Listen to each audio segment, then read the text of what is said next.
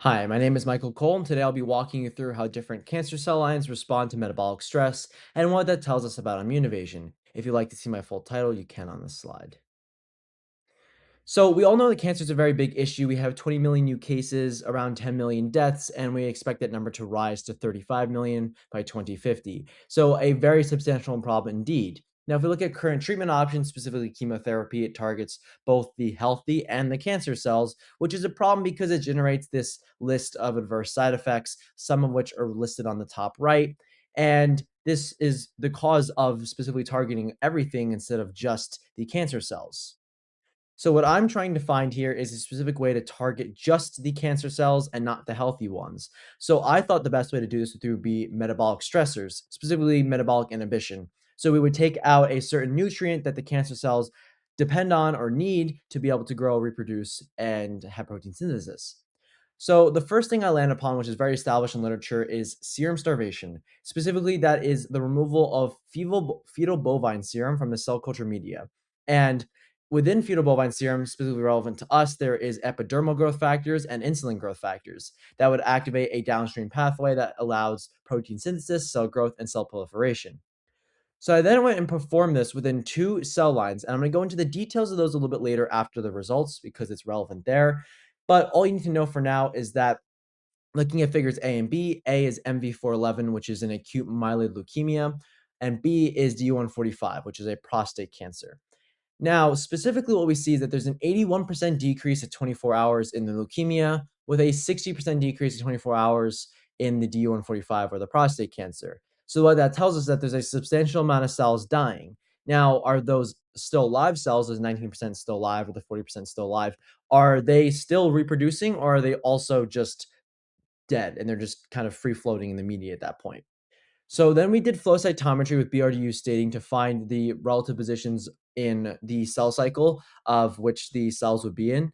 And we see here in figures A and B, which is for the MV411 or the leukemia, that there is an increase in G1 and a decrease in S phase accordingly.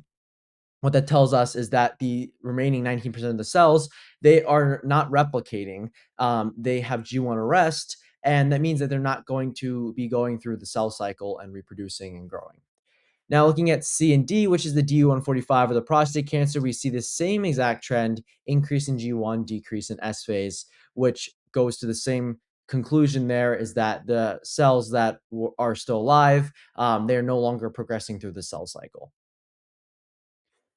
Now, we saw that there's only like an 81% decrease and only 60% decrease. So, what about the remaining portion? We can't just kill off some of the cancer and be like, oh, yeah, you got the rest. Well, we're going to look specifically within the patient aspect here. And then every person has an immune system, and there's cytotoxic T lymphocytes or your T cells going around your blood and fighting these cancer cells. Now, these cancer cells have an ability to express this protein called PDL1, programmed death ligand 1, and what that means is basically when you have a high amount of this protein on the cancer cell, it will basically tell the T cell that it's healthy and allow it to pass on. But if I have a lower amount of PDL1, the cancer cell is not as hidden from the immune system or the T cell, and the T cell might be able to attack it.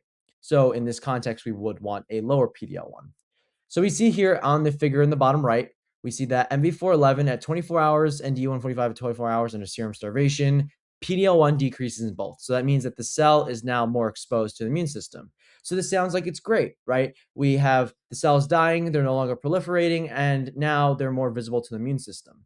But there's a large problem with serum starvation in the fact that it defeats the purpose of the study, where it's targeting both the healthy and the cancer cells, not specifically the cancer.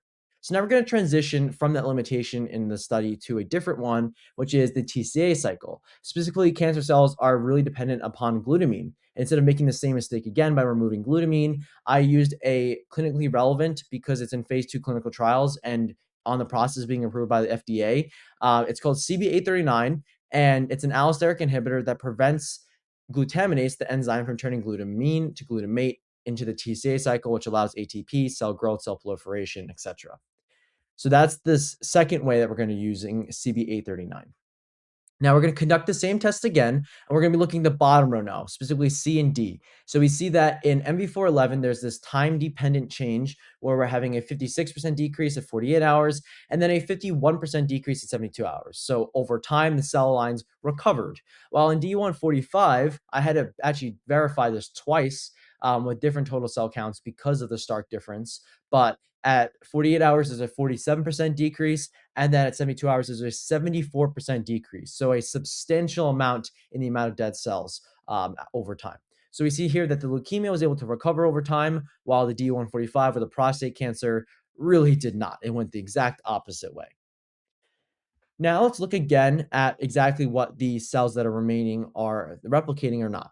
So the top row here is leukemia. It's the MV411. We see that there's almost no change in any of the phases. So that tells us the cell cycle is operating normally within the 49% that are remaining left because 51% died.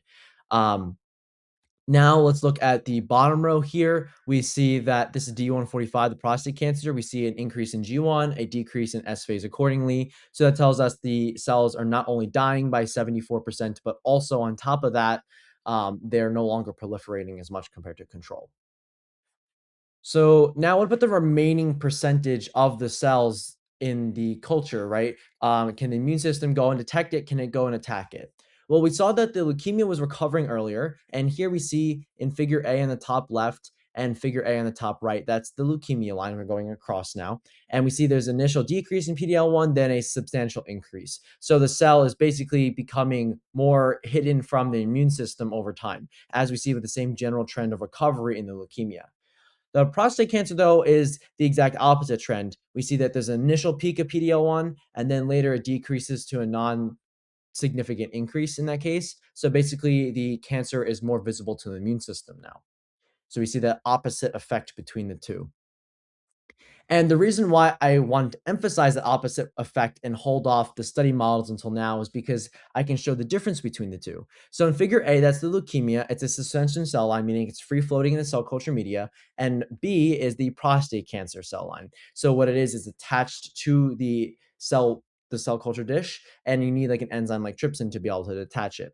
Now, that specific difference between the two is related to its confluency rate and its metabolic reprogramming, which we see here. The leukemia is resistant, while the prostate cancer is unable to resist that treatment.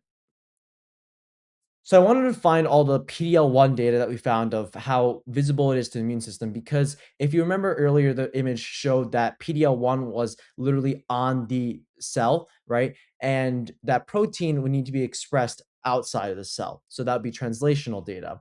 And earlier we only did transcriptional with QRT-PCR. So we basically wanted to, in a way, verify that result. And we see here that PDL1 in full serum and serum starvation, it decreased while in D145 for the CB839 treatment or the glutaminase inhibition, there was a statistically insignificant increase. So that follows the same trend we saw earlier with the QRT-PCR data.